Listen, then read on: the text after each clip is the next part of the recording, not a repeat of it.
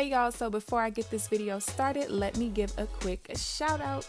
These were the first 3 comments in my last video. If you want to be featured in my next video, make sure you subscribe and hit the notification bell and come show me some love when I drop a new video.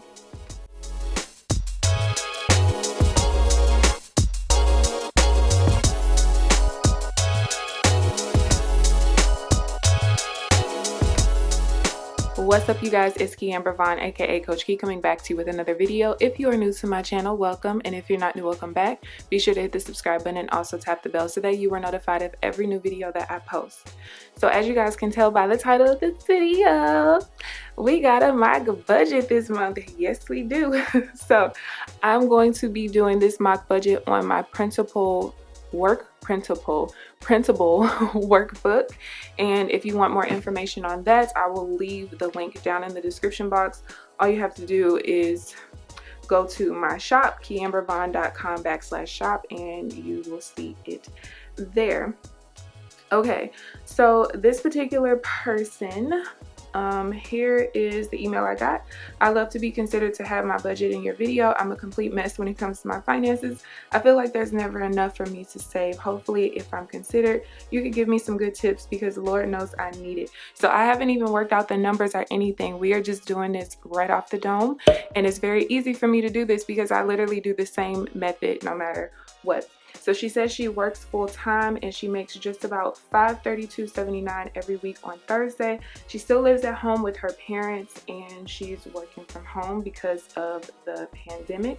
She says she's not paying car insurance right now because her car is not drivable, and she's waiting until next month to get the repairs, and then once her car is repaired, she will then proceed to get car insurance again. So the first thing I'm going to do is go ahead and y'all, I'm on the floor again. My sister is in my recording room, so I got the big old box on the floor. It's kind of uncomfortable, but that's okay. Okay, so $532.79 every week on Thursdays. So let's go ahead and first write in her income. $532.79. And okay, so for you, you have 5 paydays, which is of course on Thursdays in the month. So technically speaking, if you were to budget the exact way that I do, your budget would essentially go all the way until May 6th. You would go April 2nd until May 6th. All right. Because based on the way that I budget, I start with the first payday in the month, and then I end with the day before the first payday of the following month. So your first paycheck in May is May 7th. That's the first May date payday. So I would go all the way to there if I were you. $532.79 and $532.79. Okay, so now we have the fixed expenses. I'm going to do that in red. So she has a phone bill that's due on the 4th for $45. She has Hulu on the 6th for $3.21. She has internet on the 12th for $79.91. On the 15th is rent for $340. She has her health insurance on the 16th for $44. On the 18th is her car payment for $256.76. Netflix is on the 26th, and that is $10.95.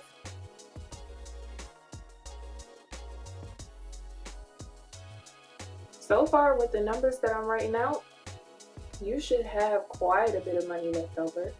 But of course, you know, until you learn the best way to manage it, it can kind of feel like you're underwater.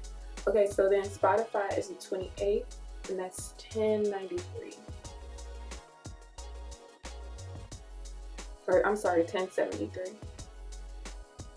And then she gave me the variable expenses, but we don't need that just yet. Okay, so this is what her bills are looking like compared to her income.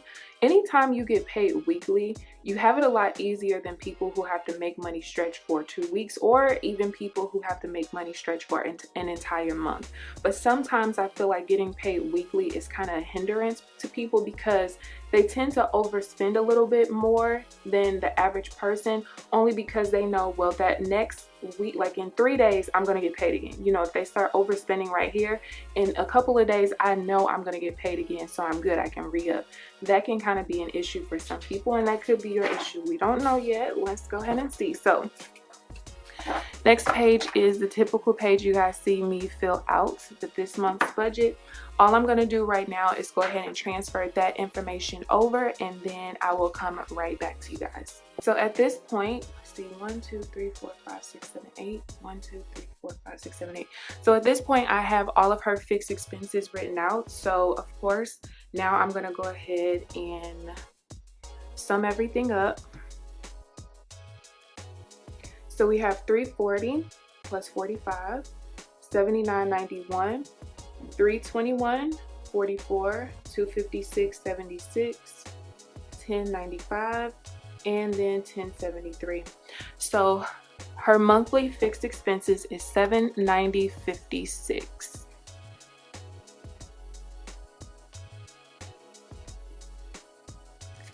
Not too shabby considering even on a typical month without that fifth. Oh, you know what? We do have to take into account, use this purple pen. So I'm just gonna go ahead and write out the May dates that she has to go to as well. Sometimes I forget this. She gets paid again here. So that means that her phone bill is going to be due again for 45, and then Hulu is going to be due again as well. So when you extend into another month, you have to, especially when you have that extra payday, you always have to make sure that you take into account that some bills might end up being doubled up. So I am gonna go ahead and change that just a bit. So for the phone, it's gonna actually be 90.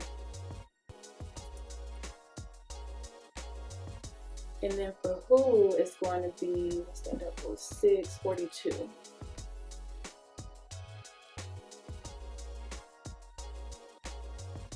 Okay, so I'm gonna go ahead and add in that extra $45 and that extra $321. So the fixed expenses are instead $838.77.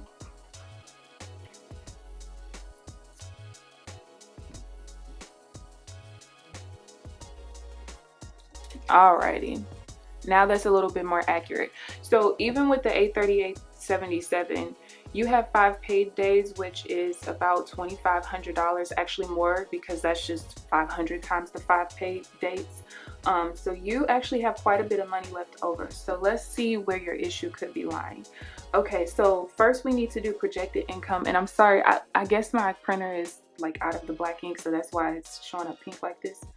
So $532.79 is her payday or her income. She has 5 of those paychecks this particular budget, so her income is going to be $2663.95.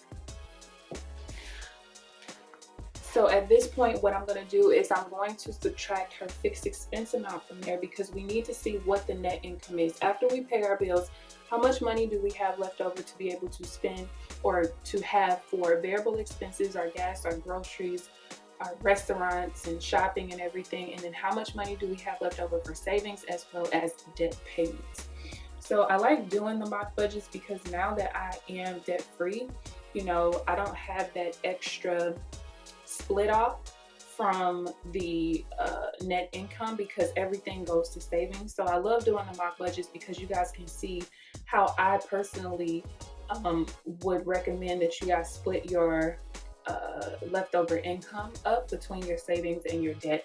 And I literally tell you to do the exact same thing I did. All right, So she has $1,800 left over. So now let's go ahead and get into her variable expenses. She has tithes that she does. She says $50 each paycheck, but technically she has 5 paychecks this particular month. So she told me $200, but I'm actually gonna do $250. Groceries, she says $150, and that's once a month. So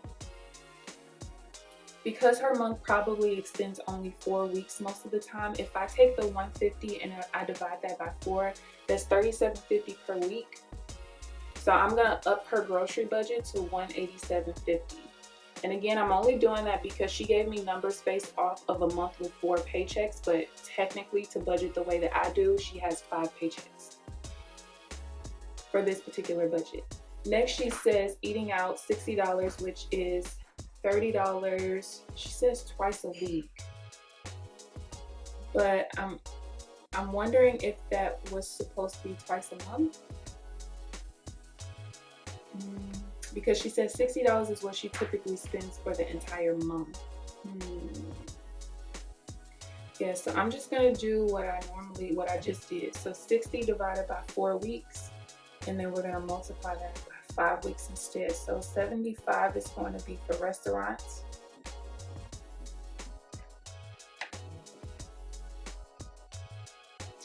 We have shopping at 100, so that's $25 a week. So I'm gonna up that to 125.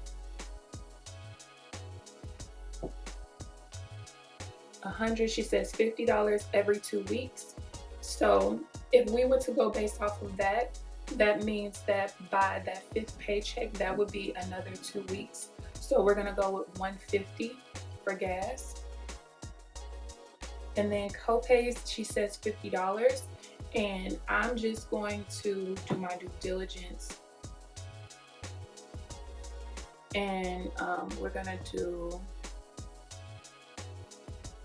$62.50. Okay, so let's go ahead and add that up. Okay, so $187.50 plus 75 plus 150 plus 125 plus 250 plus 62.50 gives me $850. Oh, you're doing way better than you think. Okay, so now at this point, now that we figured out how much we have for fixed expenses here, we know what our net income is after we pay our bills, and now we know about how much we need to be able to cover our variable expenses. We have to figure out what percentage of this net income do we need to keep in our checking in order to cover our variable expenses, our everyday expenses. In order to find that, I take the $850 and I divide it by the 18, 25, 18. So that means 46%. So when someone is still in debt, I tell you guys to round up to the nearest 10% just to give yourself enough of a cushion for overspending, okay? Especially when you're just trying to get a handle on your budget. A lot of people think that they spend way less money than they actually spend. So typically I would say to go up to 50% here, to round from 46% to 50. But because she's still trying to get a handle on her debt, and because she has so much net income but she feels like she's underwater, I'm gonna up that to 60% until she gets her budget in order. So we're gonna skip from 50% to 60. So we're gonna keep 60% of our net income in our checking account for these variable expenses. So the amount that we need to keep in our checking is not gonna be this $850 here, because we went up from 46% to 60. So we need to actually do the recalculation for that. So that means I'm basically giving her $1095.10 to keep in her checking over the course of the month. And that's basically going to give her about $245 for a just in case she overspends. I'm not telling her to spend that extra $245, but that's just a buffer just in case. Okay. So because I gave her 60% for her checking, that means she has 40% of her net income left over to be used for savings and extra debt payments. Now, I've always stressed that whatever you have left over for your savings and debt payments, you need to split that in half. It's number one, it helps with the psychological aspect of you sending large extra debt payments towards your debt, because it's very hard for people to do that knowing that all they have is $1,000 in their savings. And on top of that, just like I've been preaching for the last 2 years, and this is not a I told you so or anything like that, I have literally been stressing for however long I've been on YouTube now that it is so vital and so important for people to save money past $1,000, because $1,000 is not a real savings account. It is not a real even emergency account, not even for a mini emergency. I know a bunch of mini emergencies that can go way past $1,000. So especially during this time, is really even more important, especially for people who are still having an income, to make sure that they're budgeting in a way where even if it's safe for you to send extra debt payments off, you need to be saving that same amount of money. It helps with the psychological aspect, and also you're protecting yourself during this time. So it's still important for you to be on your debt-free journey if you can be, and you still also want to save money. So that means that 20% is going to be left for savings, and then 20% is going to be left for extra debt payments. So that amount, if we take the net income of $18,2518, we're going to subtract that $1095.10. $730.08 is what we have left over, and let's go ahead and divide that in half. So you should be able to send about $365.04 to your savings, and then $365.04 to your debt. Now it looks like the only debt that you have is your car note. This means that essentially you're going to be doubling down on your car note every single month, which is pretty good. Okay, so let's move on to the next thing, and I'm going to do the weekly allocations last. This is going to show you exactly how much you should be sending to your savings and debt each week with each of your paychecks, but I want to do the budget pre-plan first. So you have 5 paychecks, and we need all of the sheets, and then we'll do the actual last. All right.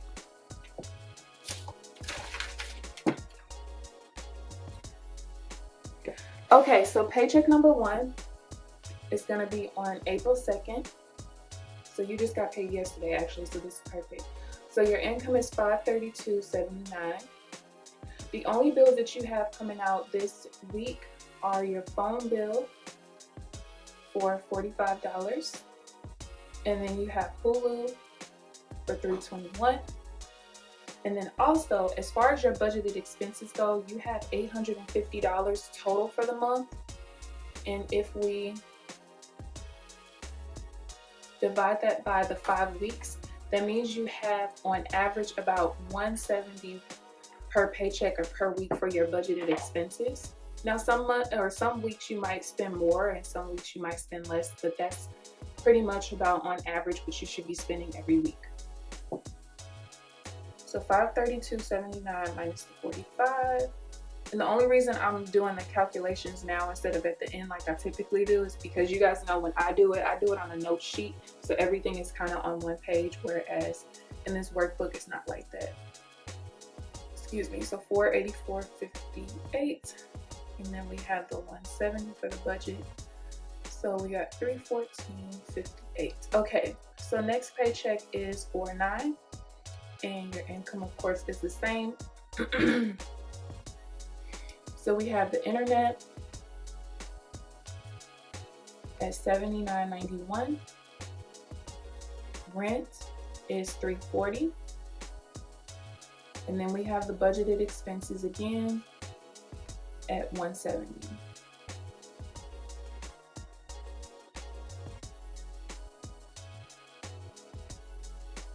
So this paycheck you're going to be negative.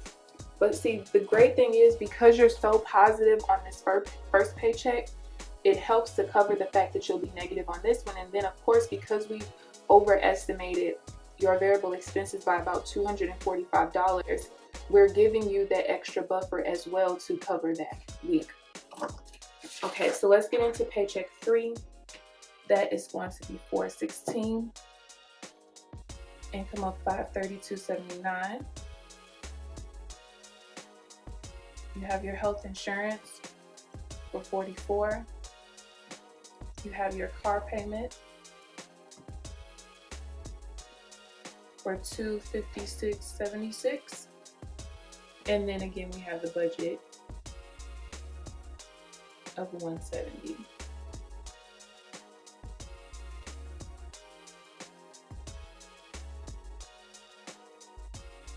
All right, so then paycheck 4 is going to be on the 23rd.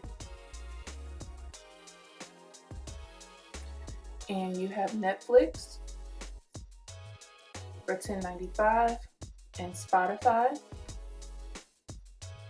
So another good thing is that your bills are pretty much spread out to where, for the most part, now you might have some times where your rent and your car payment are coming out of the same paycheck, but the great thing is because it's in the middle of the month and your bills that are before and after those are so low that even when you have weeks where these come out of the same paycheck, you should have been able to cover yourself with the underspending here and the underspending at the end to definitely help you out.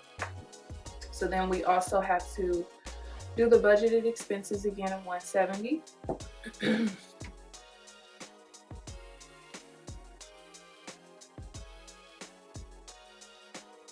All right, and then let's go ahead and do the absolute last paycheck, and that's going to be April 30th. And we have the phone bill popping up again, and Hulu popping up again. And then we have the budget of $170. So this one's gonna look exactly like paycheck 1. 314.58. Okay. So now let's get into this box here. So leftover per paycheck, paycheck 1, you have $314.58. Paycheck 2, you're negative $57.12. Paycheck 3, you got $62.03 left over. Paycheck 4 is $341.11. Paycheck 5 is $314.58. There's no extra income. So let's add it all up. So we have $314.58 minus $57.12 plus $62.03 plus $341.11 plus $314.58. That gives me $975.18. Now I explained this in the videos that I have as well. Where's that page? Where is that page? There it goes.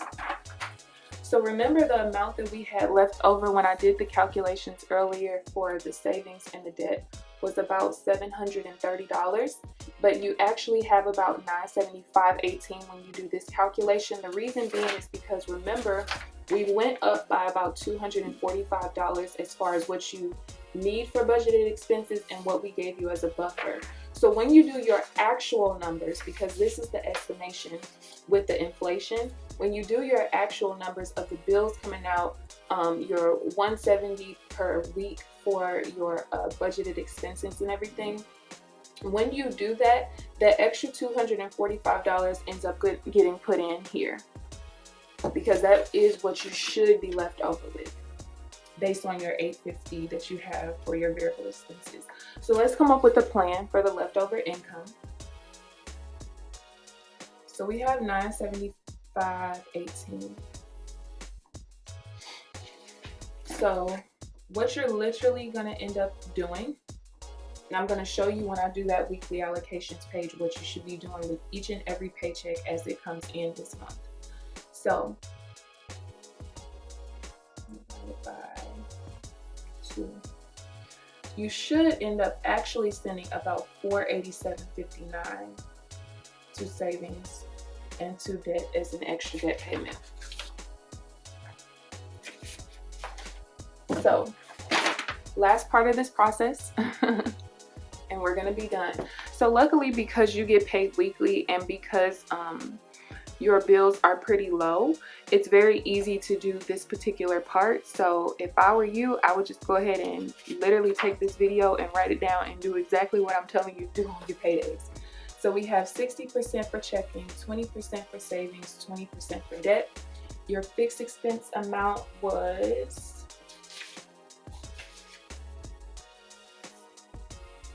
$838.77. This is considered your threshold. So the way that you do my method, you do not start putting money towards savings or extra debt payments until you have earned enough money throughout the month to cover your fixed expenses. From that time, from the day you earn enough to cover your fixed expenses, every single penny from there on out throughout the end of the budget, you have to allocate based on the percentages we have here, okay? So income number one, we have $532.79. So with this paycheck, do we have enough money to cover our fixed expenses? No, we don't. So that means we're gonna keep 100% in the checking account. So when you get paid, still pay your bills the way you normally do, still spend money on your variable expenses the way you normally do, but we are not gonna be sending money to savings or debt just yet. So the second week, we have another $532.79. Now at this point, just looking at it, we've definitely earned enough money to cover our threshold at this point. So when you actually reach your threshold, this particular week is going to be the hardest week, especially if you're bad at math.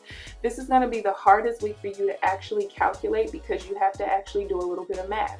But after this week, it's very easy because once we allocate once to savings and debt, every single week from here on out is very easy calculations. So that means that this week we are finally going to move into the 60-20-20, but how much are we going to put in each of these boxes? So let's do the math and calculations. So $532.79 and $532.79, because that's the total income we've earned so far this month.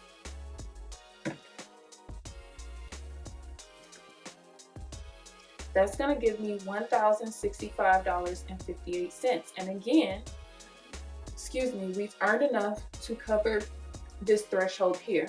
Now remember, because we don't start allocating money for savings and debt until after we have earned enough money to cover our fixed expenses, we need to subtract our fixed expense amount out of this amount to see what we have left over to be able to start allocating.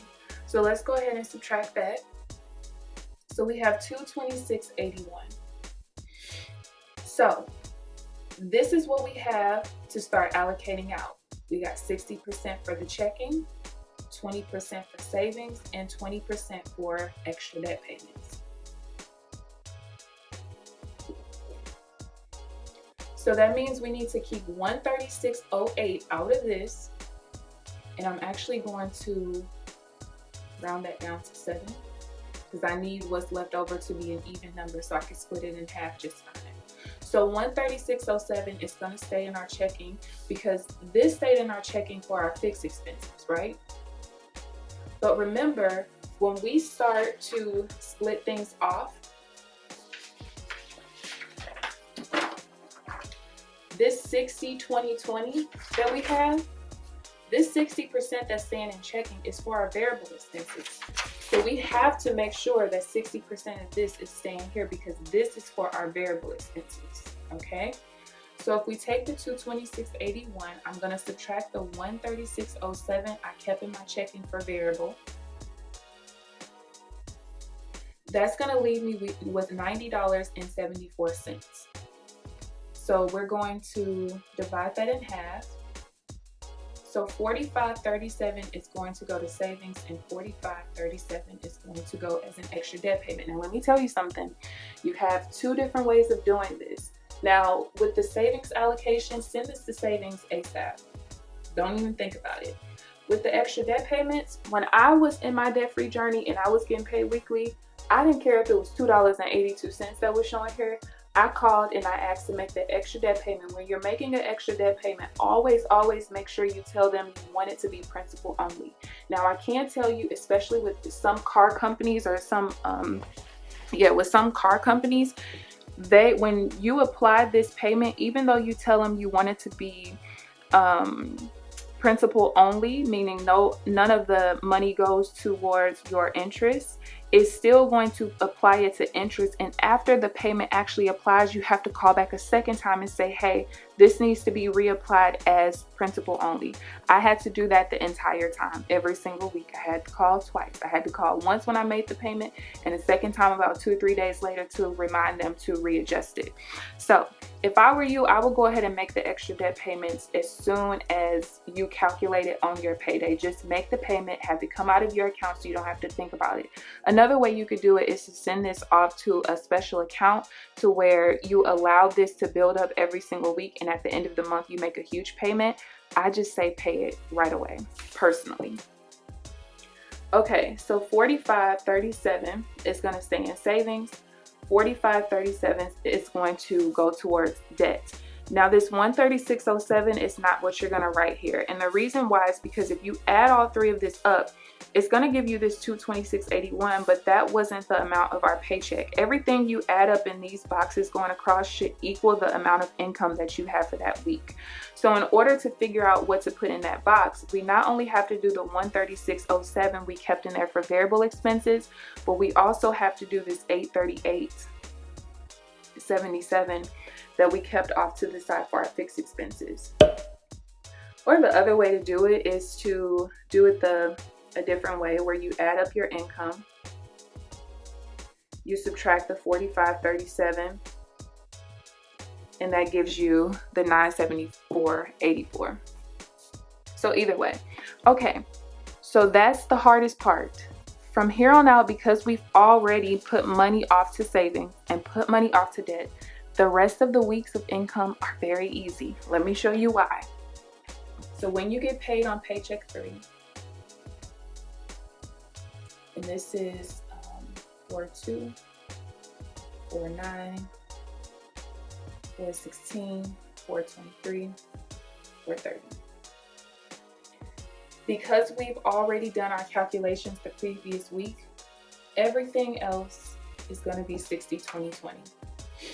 Like immediately. There's no extra math like we did before. 79. So 60% is going to give me $319.67. If I subtract that out, that gives me $213.12 left over for these two. And because these are the same percentage, we're just going to divide it in half. So you're going to send $106.56 to savings, $106.56 to debt. And we're going to do the same thing. It's literally the same exact numbers for the rest of the month.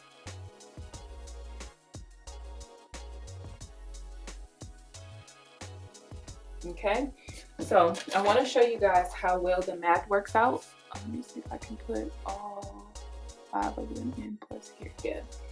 Okay, so right now I'm just going to add the totals up, going down each column.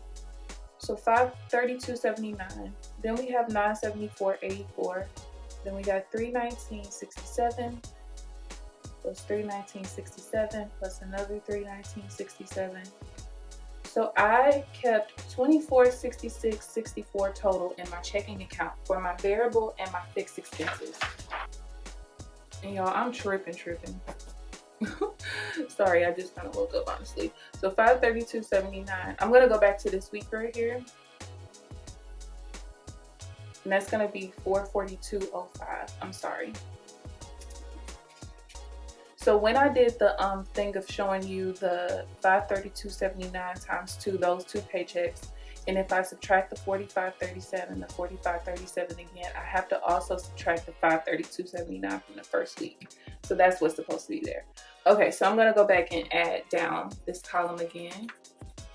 Sorry, y'all. Real G's make mistakes too. $319.67.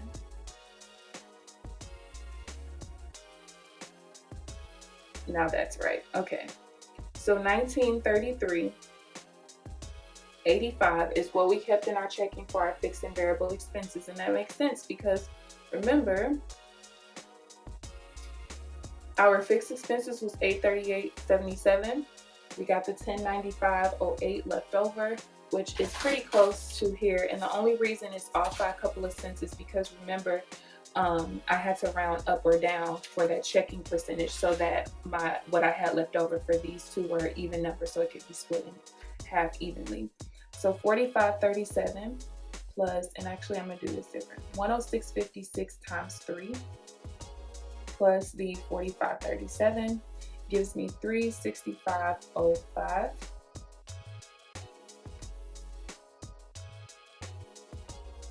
For each. Now, what's going to end up happening is, because we have overestimated your expenses, when you end up spending less and you spend closer to the $850 versus the $1095, you're going to end up with some money left over in your checking account, okay? Everyone always asks me what to do with that money.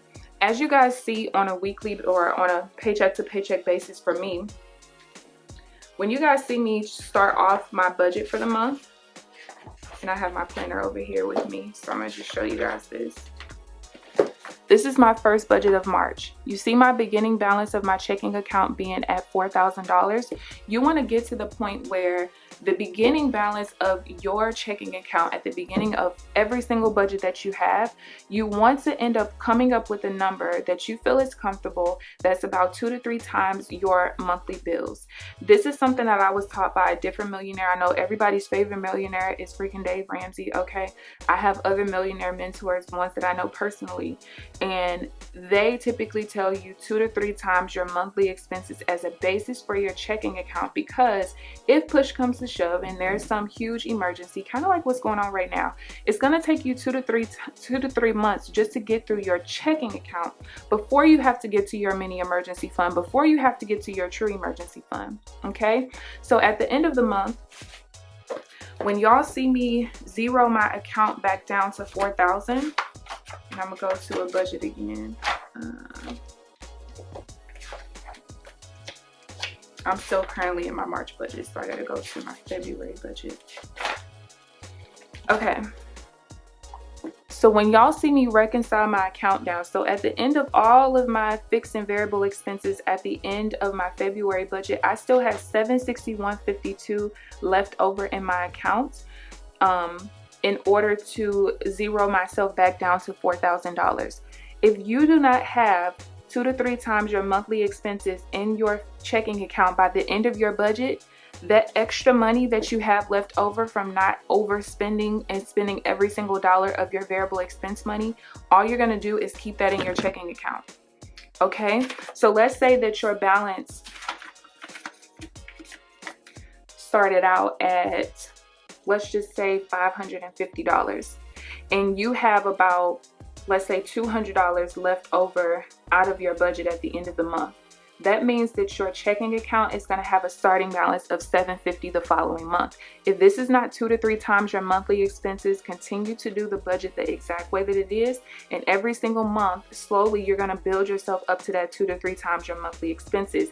And then once you get to the point where at the end of your budget, you now have more than what you've determined is your 2 to 3 times your monthly expenses, at that point, when you're zeroing down back down to your 2 to 3 times amount, when you're zeroing down, if you are still in debt, you can either put the entire amount towards your extra debt payment since you have been saving throughout the month, or you can do what you've been doing the whole month, split half of it to savings, half of it to extra debt payments. That's what I did.